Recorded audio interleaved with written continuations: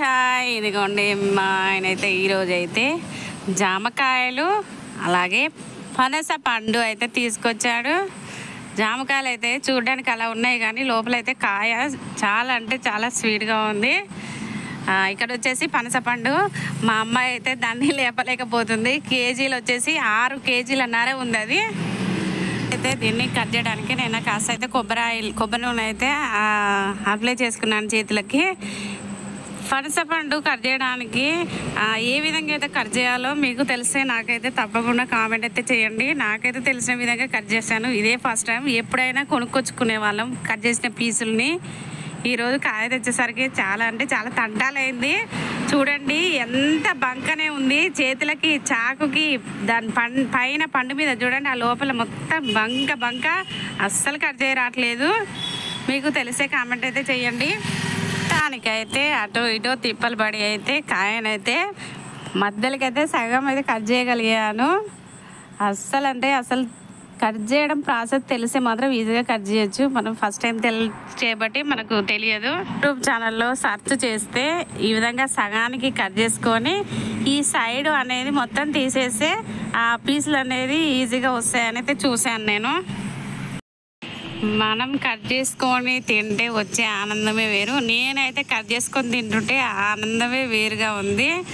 ఎప్పుడూ కొనుక్కొచ్చుకున్న పీసులు ఫటాఫట్ నిదానాన్ని తినేసే వాళ్ళం కదా.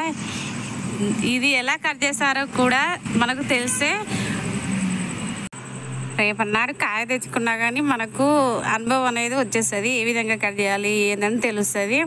ఎప్పుడైనా పీసులు తెచ్చుకున్న దానికన్నా ఇలా కాయ తెచ్చుకొని కట్ చేసుకొని తింటేనే బాగుంటుంది. మొత్తానికైతే ఒక పీస్ అయితే తీసాను. చిన్న టెక్నిక్ అయితే తెలిసింది. లోపల గింజ చూడండి. నేను తీసేదే కొద్దిగా ఒక్కొక్కటి తీస్తుంటే మా అమ్మాయి అయితే తీసుకొని అయితే తింటుంది.